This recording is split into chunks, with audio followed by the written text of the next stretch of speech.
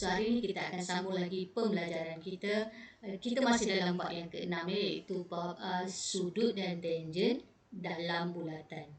Okey, hari ini kita akan fokus subtopik 6.3. Okey, sikit saja, iaitu kita nak menentukan dan menentusahkan hubungan antara sudut di antara tangen dan perentas dengan sudut dalam tembereng selang-seli yang dicangkum oleh perentas itu, dan seterusnya melakukan pengiraan berkaitan. Okey, bunyi macam panjang, macam susah. Okey, tapi sebenarnya dia simple saja. Okey, so kamu kena faham konsep dia. Okey, cuba perhatikan gambar rajah ini. So kita nak tengok hubungan dia sebelum kita membuat pengiraan.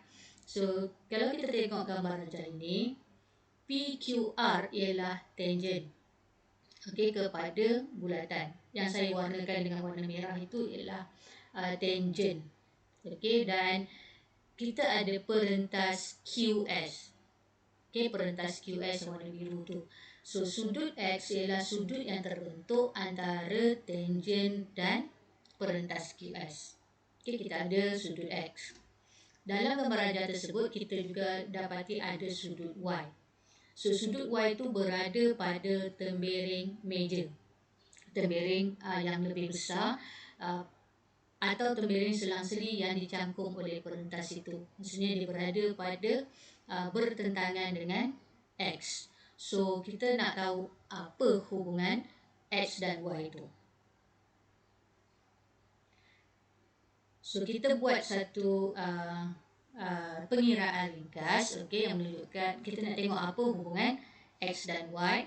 So kalau kamu tengok rajah 1B, O ialah pusat bulatan, OQ dan OS ialah jari, PQR ialah tangen kepada bulatan. Maka kita dapati dengan apa yang kita dah belajar sebelum ni, kita tahu bahawa X tambah G ialah 90 darjah.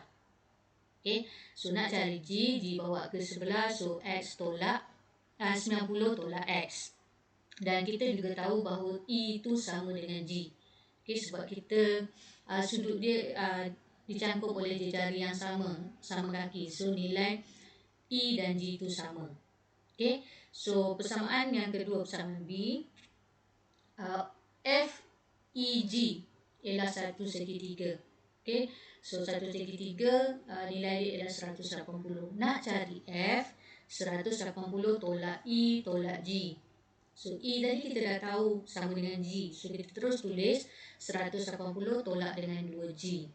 Dari persamaan A pula tadi kita tahu bahawa G itu ialah 90 tolak X. So kita gantikan dalam persamaan, kita selesaikan, kita akan dapat F sama dengan 2X.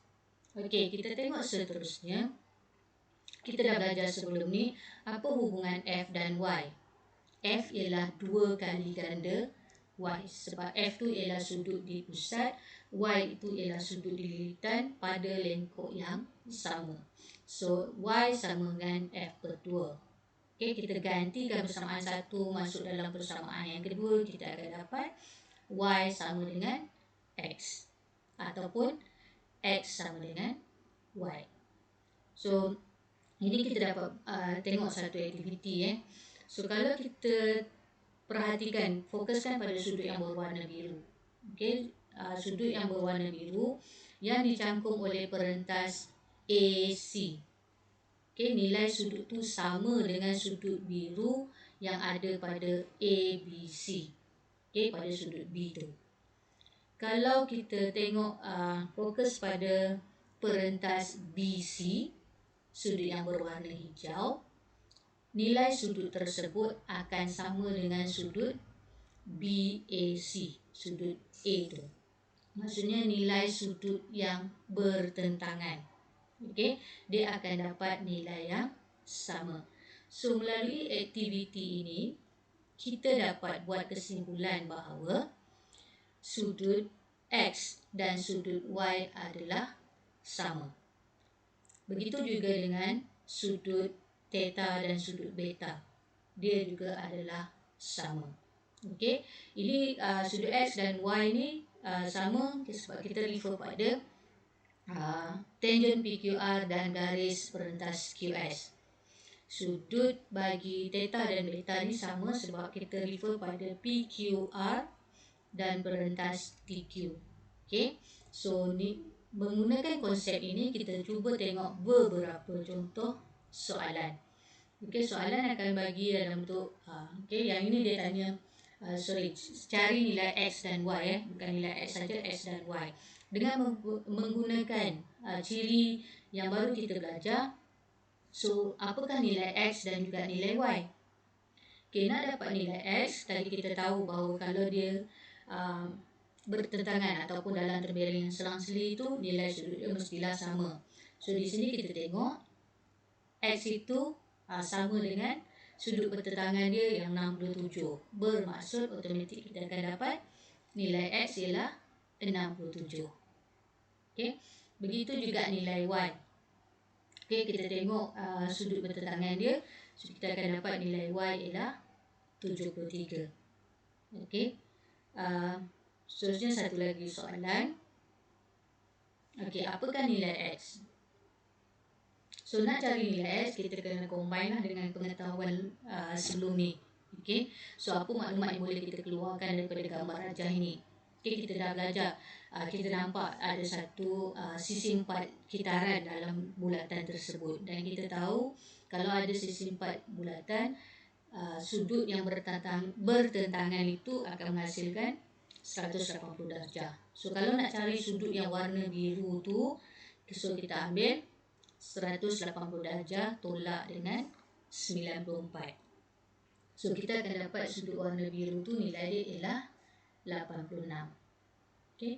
So kita keluarkan sudut tu. Okay, apa kaitan dengan X? Macam mana kita nak kaitkan gambar rajah ni? Kita nak cari nilai X. Okay, kita gunakan ciri yang baru kita belajar. So kalau sudut di luar tu nilai X tu, sudut pada perentas dia ialah 52. So bermaksud dalam segitiga tu nilai dia juga X. Okay, sekarang kita fokuskan pada segitiga yang bawah tu. Okay, so bermaksud sudut di dalam segitiga itu juga adalah X. Okay, so bagaimana kita nak mencari nilai X? Kita fokuskan pada segitiga tersebut. Kamu dah seharusnya tahu bahawa dalam satu segitiga nilai sudut dia, jumlah sudut dia ialah 180. So kalau nak mencari nilai X, kita ambil 180 tolak 52 tolak 86. So kita akan dapat nilai X ialah 42. So itu ialah sedikit macam mana kita nak membuat pengiraan ringkas berkenaan dengan sudut antara tangent dan perentas dengan sudut dalam terbering selang-seli. Saya harap kamu boleh faham. So sekian dulu untuk kali ini.